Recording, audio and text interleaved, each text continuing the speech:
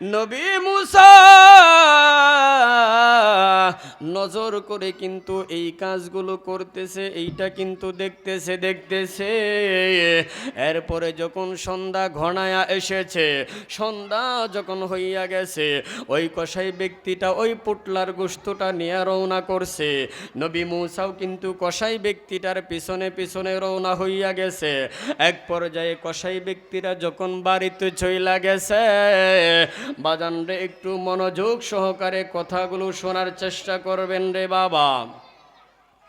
কসাই ব্যক্তিরা যখন বাড়িতে চইলা গেছে, বাড়িতে চইলা যাওয়ার পরে এরপরে যখন ঘরের ভিতরে ঢুকলেন, ঘরের ভিতরে ঢুকার পরে যখন দরজা লাগাইয়া দিছে, এই মুহূর্তে নবী মুসা দরজার মাঝে যাইয়া কটকট করে যখন টকটক করে যখন আওয়াজ দিলেন, এমন সময় ভিতর থেকে আওয়াজ করলেন, মান আংতা, তুমি কে? নবী মুসা ডাক দিয়া বললেন, আনা মুসাফির, আমি হইলাম মুসাফির ব্যক্তি। সন্ধ্যা ঘনায় আসার কারণে আমি আমার বাড়িতে যাইতে পারতেছি না রে বাবা। একটু মনোযোগ সহকারে কথাগুলো শোনার চেষ্টা করবেন রে বন্ধু। নবী মুসা যখন এই কথা বললেন, কসাই ব্যক্তিরা ডাক দেয়া বললেন,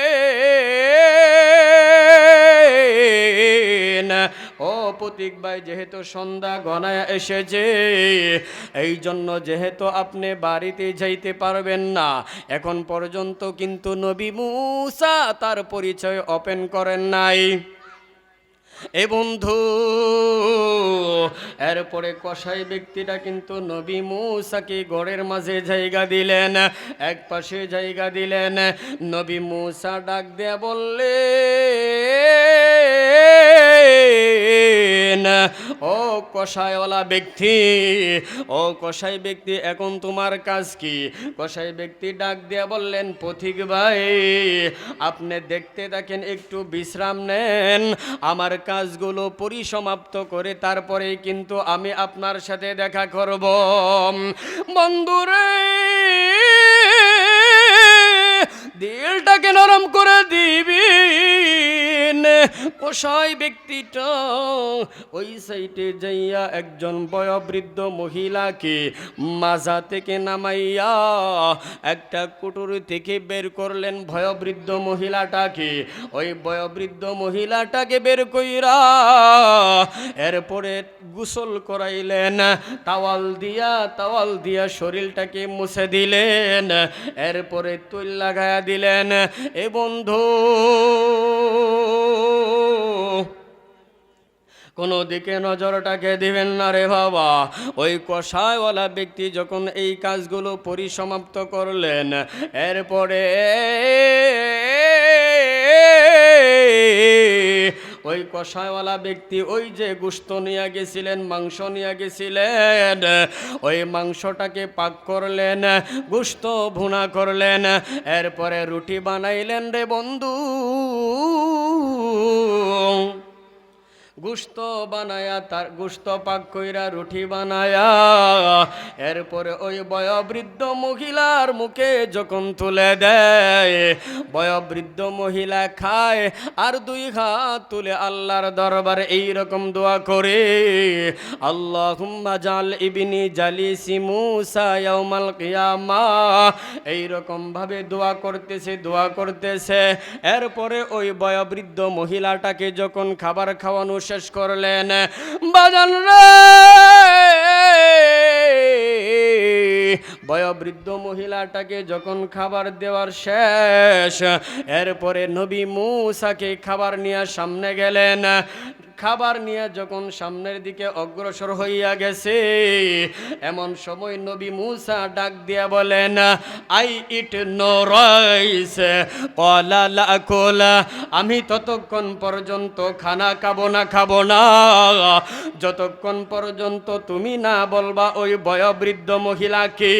আর ওই বয়োবৃদ্ধ মহিলা বিড়বিড় করে দুই হাত তুলে আল্লাহর দরবারে কি এমন কথা বলছেন। কসাইওয়ালা ডাক দিয়ে বললেন,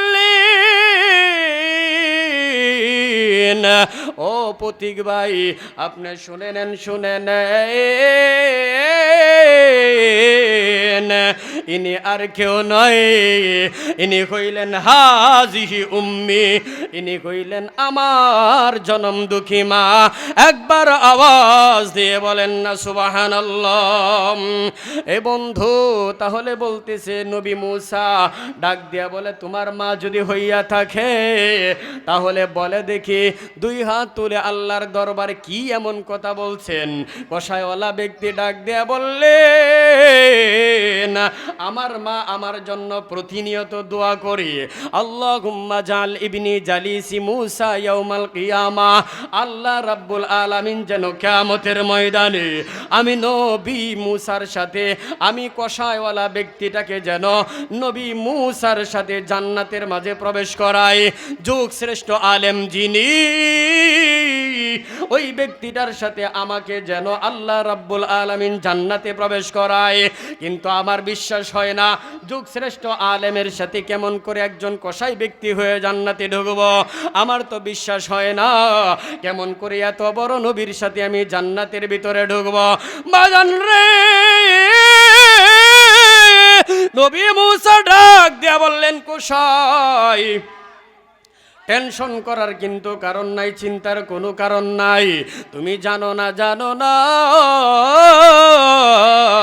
তোমার মায়ের দোয়ার কারণে তোমার ঘরে এই মুহূর্তে যুগ শ্রেষ্ঠ আলেম যিনি, সবচাইতে দামি নবী যিনি, ওই নবী মূসা তোমার ঘরে হাজির হইয়া গেছে।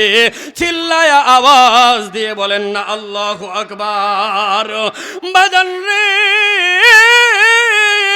নবী মূসা ডাক দিয়া বললেন, কসাই তুমি কিন্তু চিন্তা করো না, চিন্তা করো না, তুমি কিন্তু টেনশন করবা না, টেনশন করবা না, আমি নিজেই কিন্তু নবী মূসা তোমার ঘরে হাজির হইয়া গেছি। এই কথা যখন বললেন, বলার সাথে সাথে কষায়ওয়ালা ব্যক্তিটা নবী মূসার গলার মাঝে জড়ায়া দইরা দুই চোখের পানি ফেলাইয়া কান্দে আর ডাক দিয়া বললেন, তাহলে আমি বুঝতে পারলাম আমার মায়ের দোয়ার কারণে যুগ শ্রেষ্ঠ আলেম যিনি, সবচাইতে বড় নবী যিনি, ওনার সাথে আমি কিয়ামতের ময়দানে আল্লাহর তৈরি জান্নাতে ঢুকব। এ বন্ধু, তাহলে বোঝা গেল মায়ের দোয়া আমাদের নিতে হবে, তাহলে বোঝা গেল মাকে আমাদের ভালোবাসতে হবে। কে জানি রে, জীবনের জন্য মাকে হারাইছি, আজকের পর থেকে এই জায়গায় আমরা প্রতিজ্ঞা করব, মায়ের সাথে খারাপ আচরণ করব না, মায়ের সাথে দুর্ব্যবহার করব না, মাকে আমরা ভালোবাসবো, মাকে আমরা মহাব্বত করব। মাকে যদি মহাব্বত করতে পারি, ভালোবাসতে পারি, আল্লাহ রাব্বুল আলামিন ঘোষণা কইরা দিছে দুনিয়ার ভিতরে সবচাইতে দামি বানাইয়া দিবে। কিয়ামতের ময়দানে আমার আপনার আমল নামায় আল্লাহ রাব্বুল আলামিন জান্নাত লিখে ধন্য করে দিবে।